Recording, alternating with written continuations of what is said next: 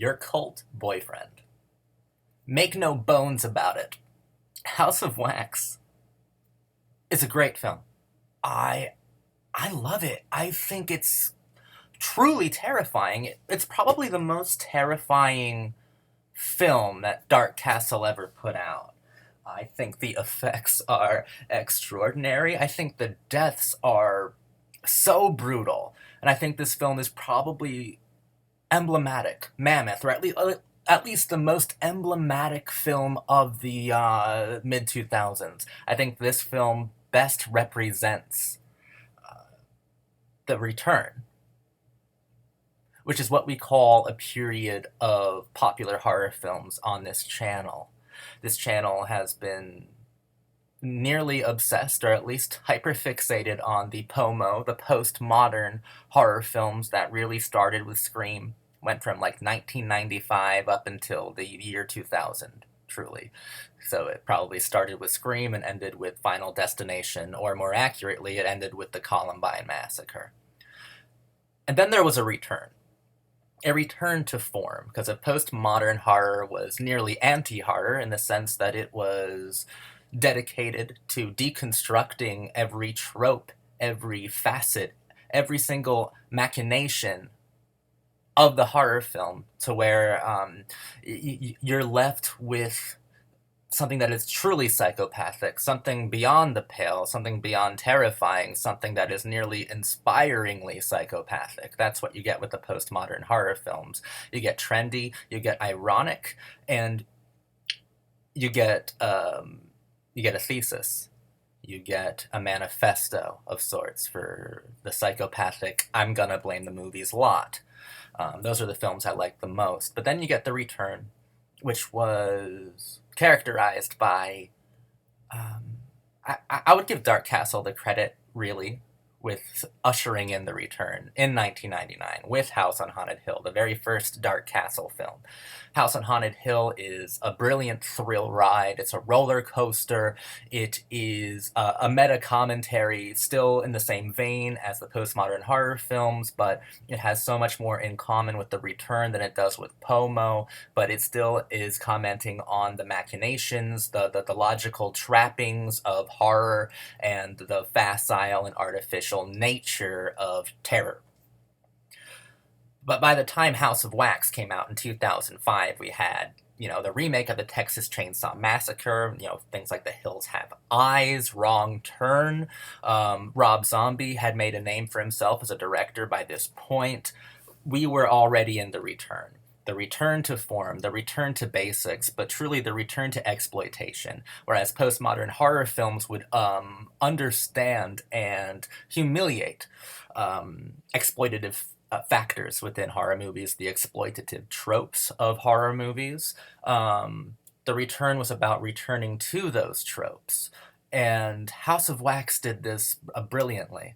And within The Return, we are also back to depths that maybe aren't as philosophically penetrating as they were with the postmodern horror films of the 90s.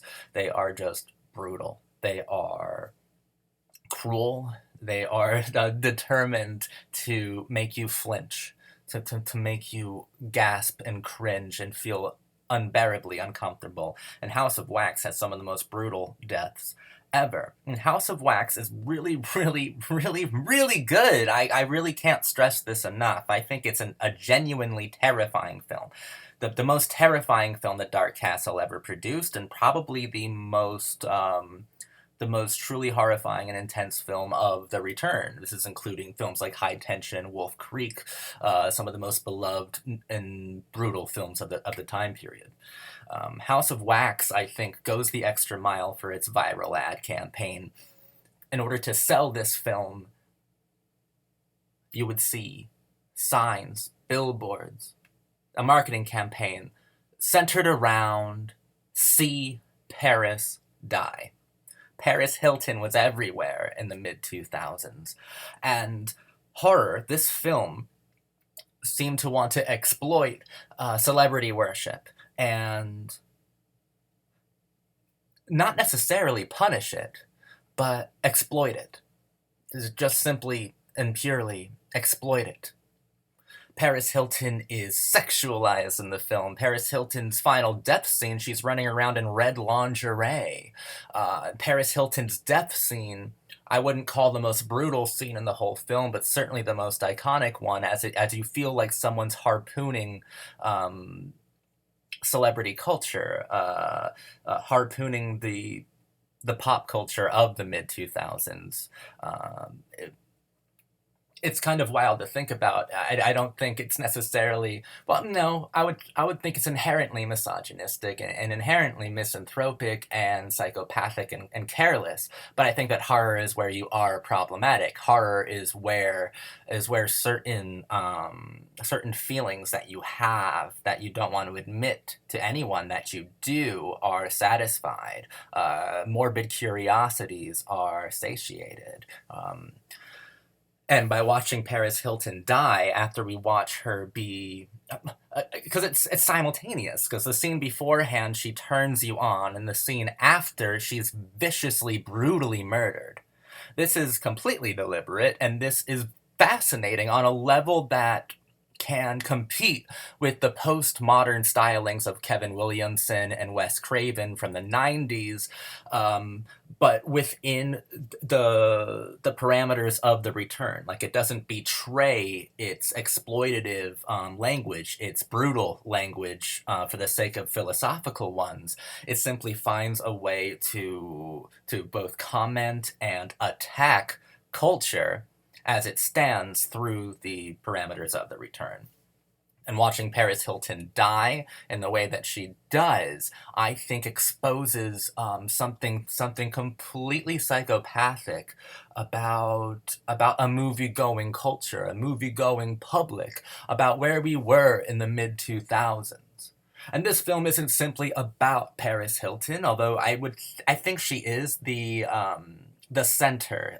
The most curious, interesting, and terrifying part of this film is how satisfying it is to see Paris Hilton die. That's terrifying to, like, admit to yourself. I think she's wonderful. I think she's great. I think she does extremely well in this movie. And in recent interviews, she's just thrilled that her death has gone on to be as iconic as it is. She has one of the most iconic death scenes from a whole generation of horror, and she earned that. She earned that through her symbol, through her living symbol that she brought to this film, and her kind of daring. There's a lot of courage in knowing that so many people want to see this brutality happen to you, and yet they're secretly psychosexually attracted to you, which kind of compounds and complicates the brutality that your character Paige is going to endure, and the audience is going to be rewarded for their psychopathic mental state. But it's not simply great because of the Paris Hilton death scene. It's also phenomenal for Chad Michael Murray and Alicia Cuthbert are incredible here. I'm a huge Chad Michael Murray fan. He came in season 5 of Dawson's Creek, and he stole my heart, and I love him on One Tree Hill. I even loved him on Riverdale. I think he's a really, really fascinating kind of actor. He has an enigmatic sort of screen presence, and he's devilishly attractive. And this film plays directly into its themes of twins, of good twins, evil twins. Alicia and Chad Michael Murray's character, they are twins, and one is darker and more intense than the other. They are being pursued by twins. Later on we find out they're triplets, but that's neither here nor there. And this film itself is a dark, demented, and sociopathic twin of the 1953 original film starring Vincent Price. Horror itself has created a double of itself by turning into this thing that we've called the return to 70s basics, the return to 70s exploitation, gore, and, these redneck murder fantasies, these small town, these rural area massacre slaughter fests. The return is horror's double of itself. Horror has doubled itself. What do you do after postmodernism? What do you do after Scream? And I Know What You Did Last Summer, and The Faculty breaks everything down, destroys everything that horror used for its own strength. When you cut off the legs of an entire genre, how do you build up from that? You create another. You create a double. That is exactly what you do. You create a double. You create a twin, a doppelganger. You create a statue of wax and you watch it burn. You light it on fire and you just see the carnage that it can wreak. You see the uncanny valley of a return, of a doubling down, of a return to form. The uncanny valley of we've been here before, but something feels inhuman, something feels alien, something feels twisted, and that twisted nature is that, make no bones about it, House of Wax is punishing its audience by rewarding them. House of Wax is iconic because it is rewarding their audience. House of Wax is one of my favorite horror films because it punishes its audience by rewarding them for psychopathic behaviors and cinematic expectations.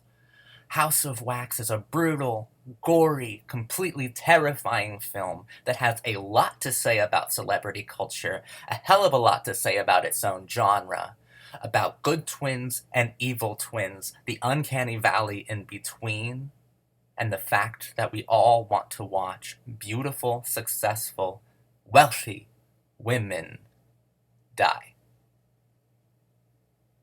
We pay very good money for it. Thank you for watching my video. I've been your cult boyfriend. Before this ends, this Paris Hilton thing is so fascinating to me. Because there's a character played by, it's John, oh man, what is it? John Abrahams. He was in like everything for a hot minute. I remember him in Scary Movie and a few other films, like Bowfinger or something. He's in so many films. But he has this camera that he's kind of recording, using for posterity. And it's grainy. It's of the kind of quality you would expect from a mid-2000s, mid-tier camera, right?